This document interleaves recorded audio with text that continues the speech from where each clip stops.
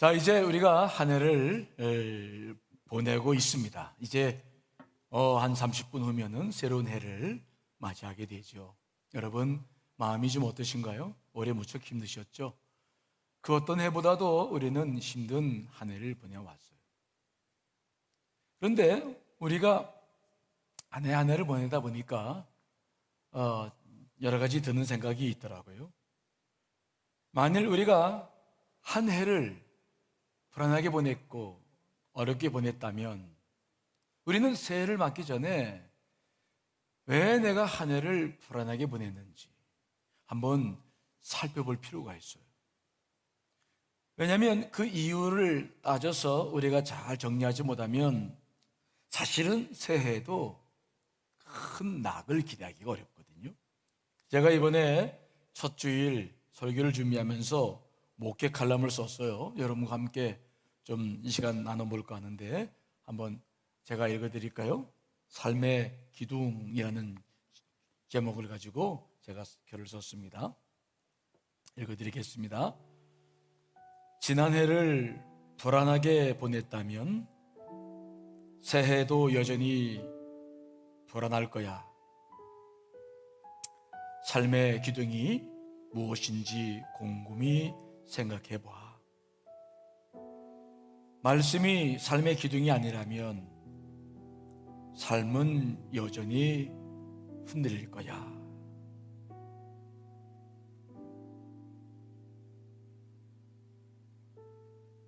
올 한 해를 대단히 힘들게 보낸 교우들과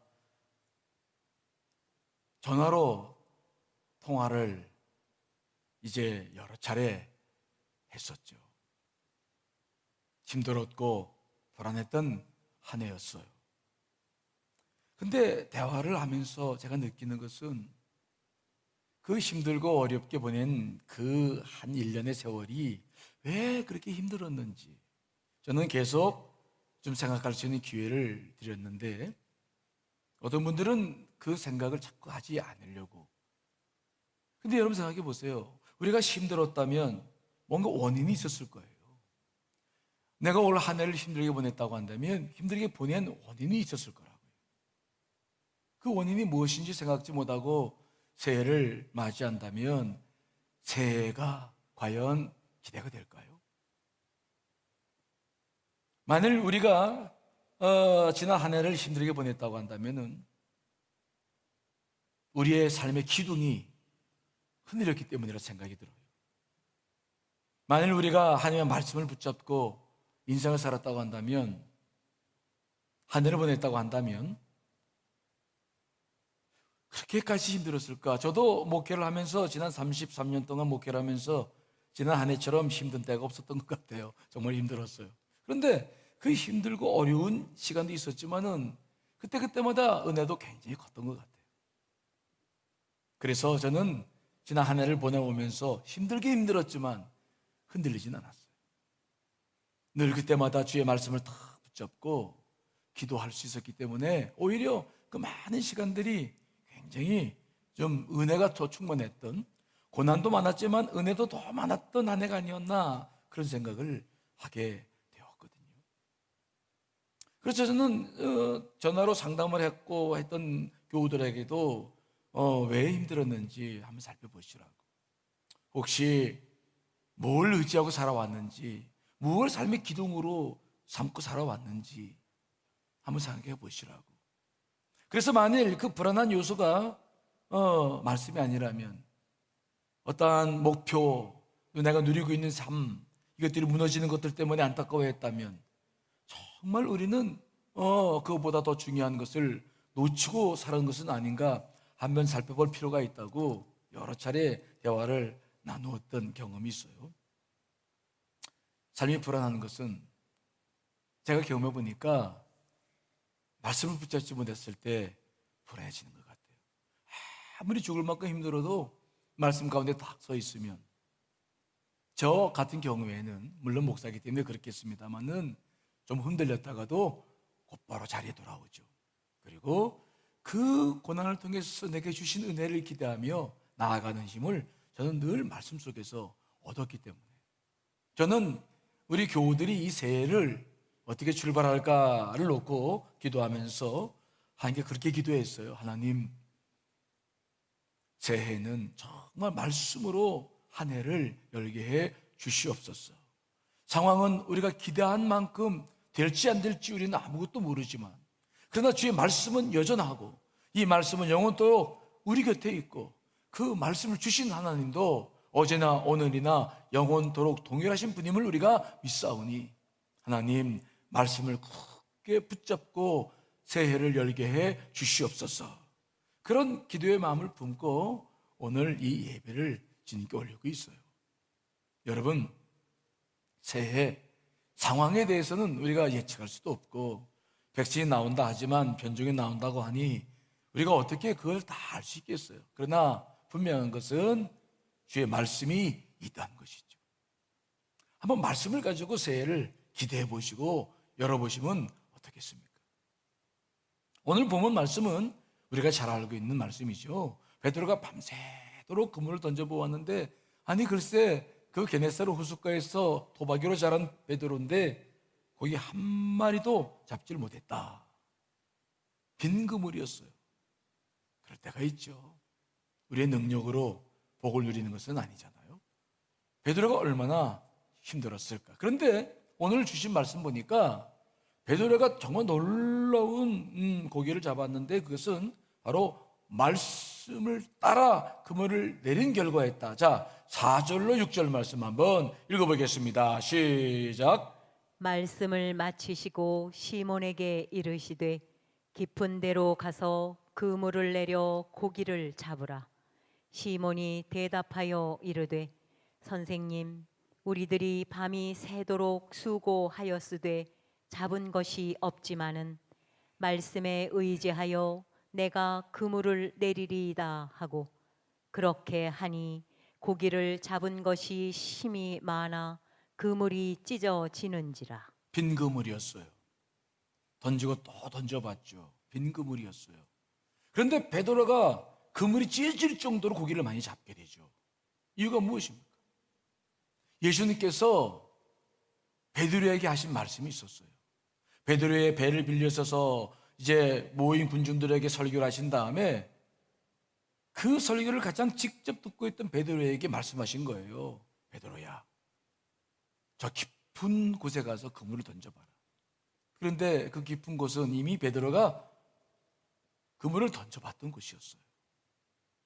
그런데 뭐라고 말씀합니까? 시몬이 대답해 이르되 선생님, 우리들이 밤이 맞도록 수고하였으되. 그렇죠, 밤이 맞도록 수고했어요. 여러분, 수고한다고 모든 것이 이루어지는 것은 아니에요. 밤이 맞도록 수고했는데 잡은 것이 없었습니다. 그런데 뭐라고 바랍니까? 그렇지만은 주께서 또 던지라 말씀하시니 내가 그 말씀에 의지해서 그물을 던져보겠습니다. 그리고 가서 그물을 던져보았는데 정말 그물이 찢어질 정도로, 베드로의 배만 가지고는 안 돼서 친구의 배를 오라고 그래가지고 두 배에 가득 채웠는데 마치 그 배가 물에 잠길 만큼 그렇게 놀라운 기적을 베드로가 오늘 경험한 거죠. 오늘 베드로가 경험한 건 무엇입니까?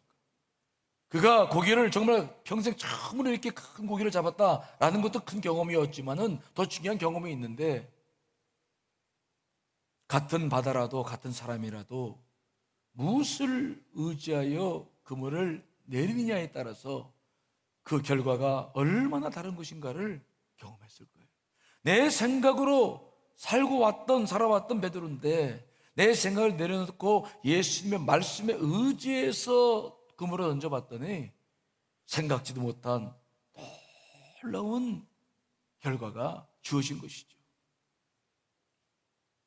여러분, 우리가 이 새해를 무엇을 가지고 살아나갈 수 있겠습니까?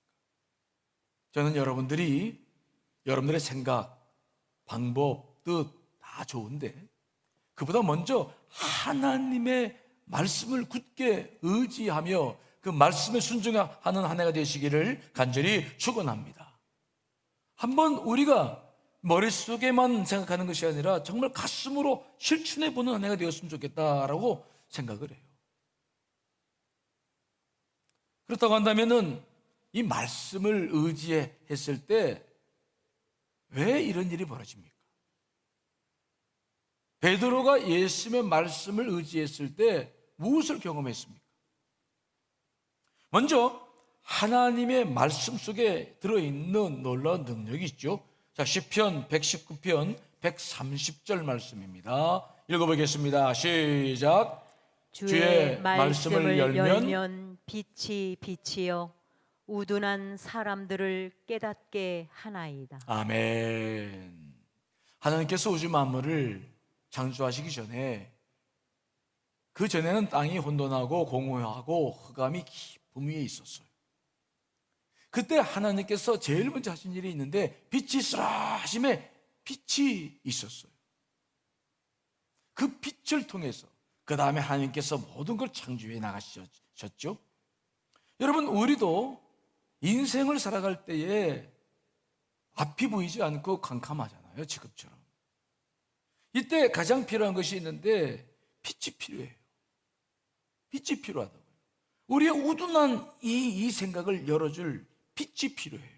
그런데 이 빛이라고 하는 것이 오늘 성경 말씀 보니까 뭐라고 고백하고 있냐면 주의 말씀을 열면 빛이 비친다. 여러분, 이거 경험해 보셨어요? 주의 말씀을 열면 빛이 비친다. 저는 그래서 늘 그렇게 생각을 해요. 내가 힘들고 어려울 때마다 성경을 열면 빛이 비치고 성경을 닫으면 빛이 닫힌다. 저는 그래서 늘 목회의 여러 가지 일들을 결단하고 또 판단해 나갈 때 늘 말씀을 곁에 놓고 말씀을 열어요. 말씀을 열면 빛이 내게 들어오는 것을 저는 믿어요. 여러분 믿으십니까? 한번 믿어보세요. 성경을 열면 빛이 내게 비친다. 아, 정말이에요. 정말 힘들고 어려울 때도 무릎을 꿇고 기도하고 난 다음에 말씀을 먼저 쭉 읽죠.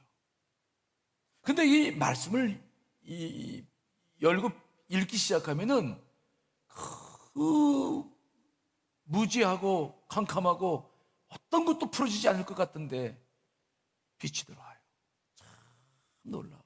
빛이 들어와. 뭔가 이 닫혔던 모든 것들이 조금씩 열려가는 그 빛이 들어오는 것을 경험하죠. 왜 그렇습니까?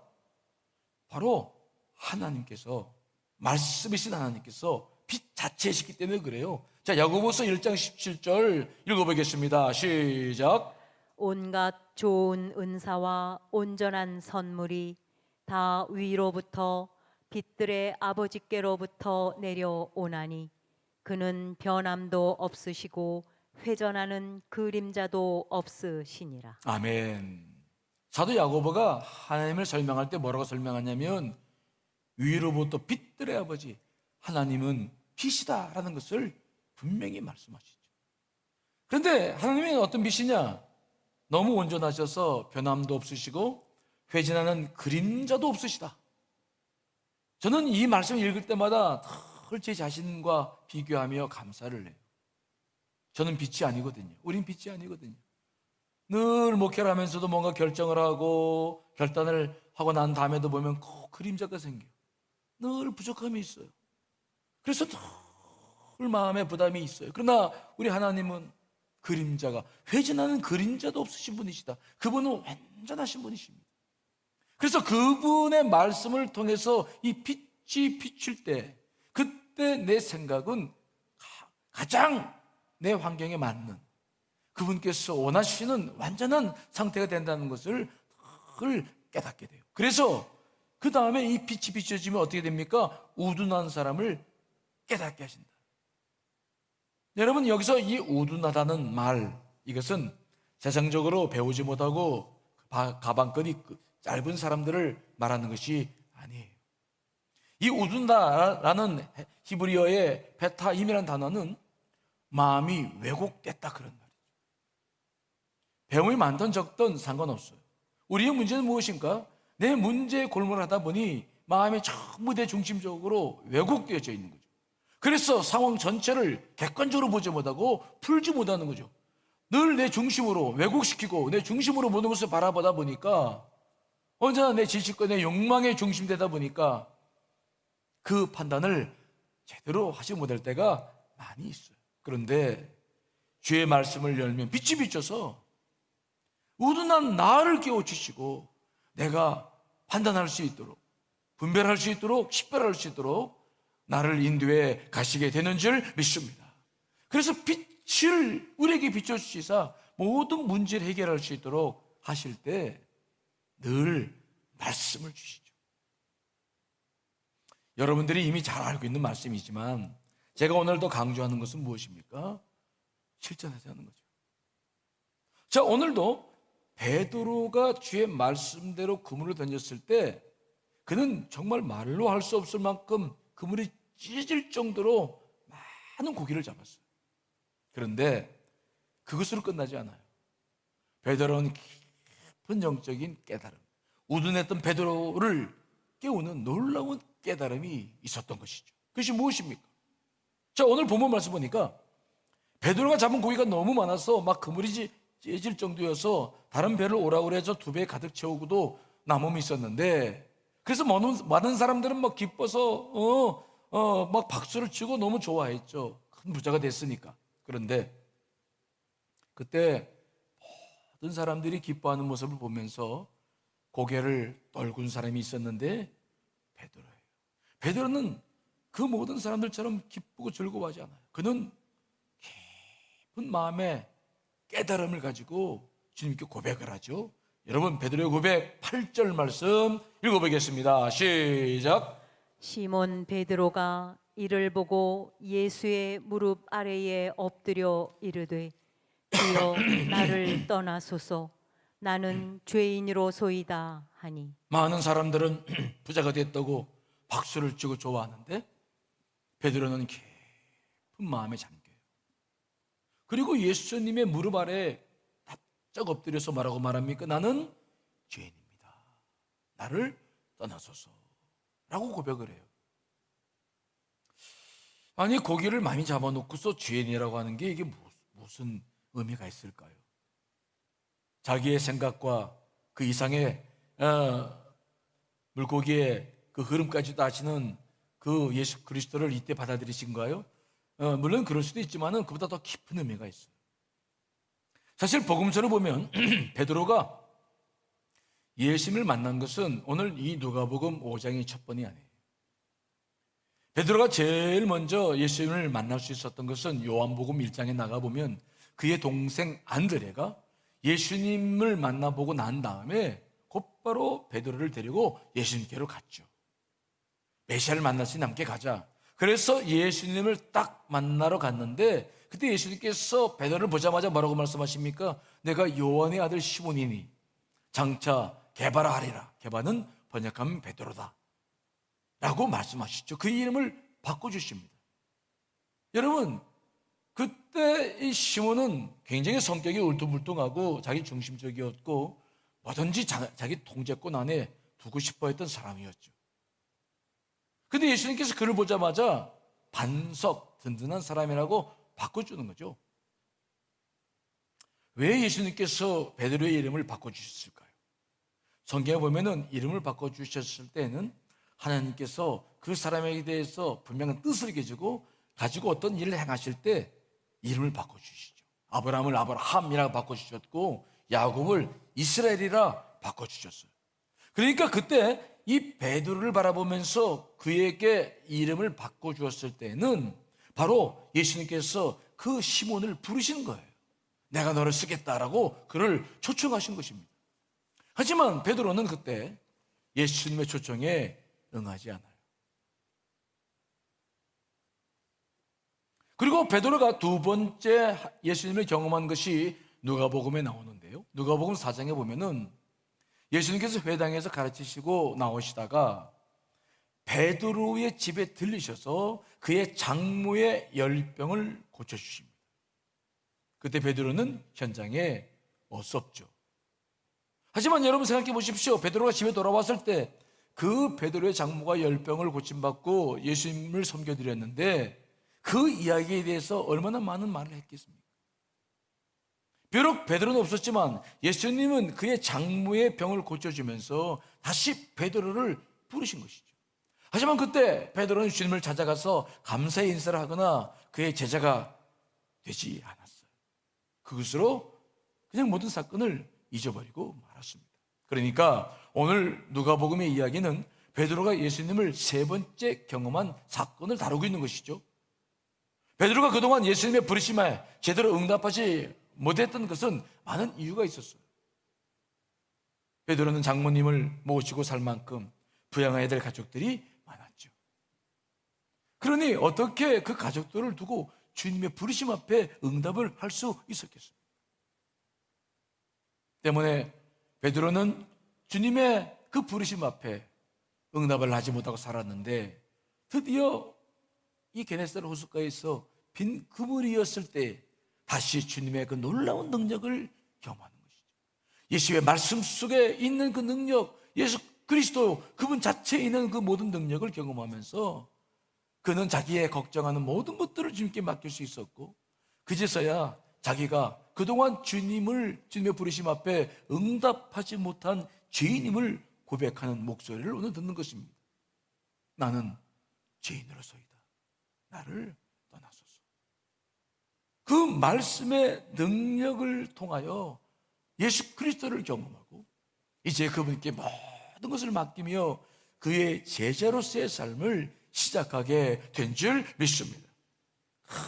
큰 영적 깨달음을 이 말씀을 통해서 오늘 경험하고 있는 모습을 보는 거예요.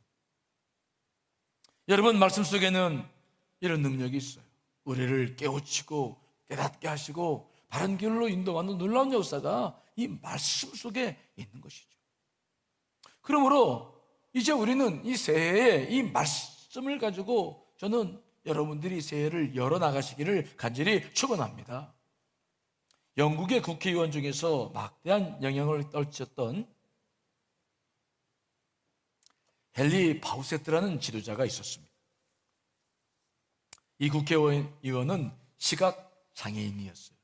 어린 시절 아버지와 함께 사냥을 나갔다가 글쎄 아버지가 실수로 총을 쏘았는데 그 총알이 아들의 눈에 박힌 거예요. 목숨은 건졌지만 두 눈이 실명했어요. 얼마나 큰 상처였습니까? 그 사고로 아버지와 아들 모두가 충격을 받았어요. 아버지는 자기가 자기 아들의 장래를 망쳤구나 라는 죄책감 때문에 늘 힘든 삶을 살았고, 아들은 이제 앞을 볼 수 없으니 어떻게 살겠는가 좌절할 수밖에 없었어요.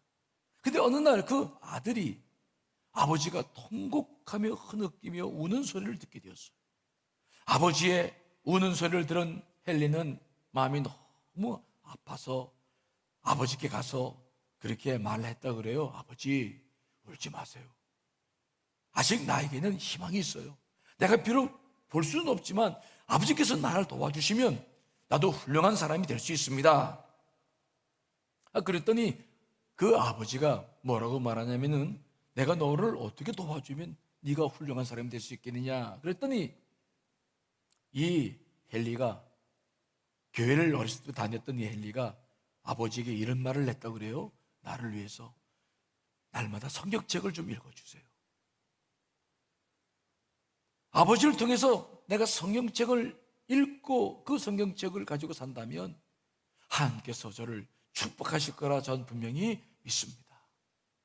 그리고 점자를 배워서 저도 열심히 공부하며 인생을 살아보겠습니다. 그 이야기를 들은 이 아버지가 그날 이후로부터 아들을 위해서 매일같이 시간만 나면 성경책을 끊임없이 읽어줬다는 거예요.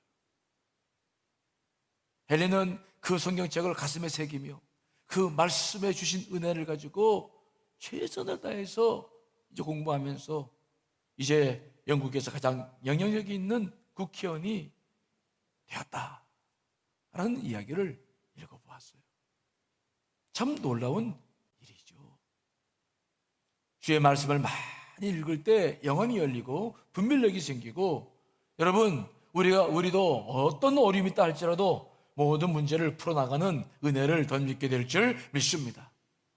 여러분, 만일 지난 한 해가 불안했다면 새로운 한 해도 불안할 수 있어요. 삶의 기둥이 주의 말씀이 되지 않는 한 우리의 삶에는 큰 변화가 없을 거예요. 그저 새해니까 잘 될 것이다. 여러분, 제가 지지난주에 설교도 했지만은 대책 없는 긍정주의는 그게 옳은 게 아니에요. 대책 없는 낙관론은 현실의 문제를 제대로 보지 못하는 우를 범할 수 있게 해요. 우리에게 필요한 것은 근거가 있는 긍정, 근거가 있는 낙관론이 필요합니다. 여러분, 주의 말씀에 근거해서 믿음을 가지시고 긍정적인 삶을 사시기를 간절히 축원합니다. 말씀 없이 그저 하나님을 믿으니 잘 될 것이다라고 생각하지 마세요. 현실의 문제를 방관하면서 우리 미래를 풀어나갈 수는 없는 거예요. 그러므로 여러분, 말씀에 근거해서 새해를 풀어나가실 때 하면 놀라운 역사와 은혜가 여러분을 통해서 이루어져 갔을 줄 분명히 믿습니다. 오늘 베드로처럼 정말 말씀에 의지하여 그물을 내렸더니 그물이 찢어지는 놀라운 축복을 누린 것처럼 새해 이런 축복이 여러분 가운데 임하시기를 간절히 축원합니다.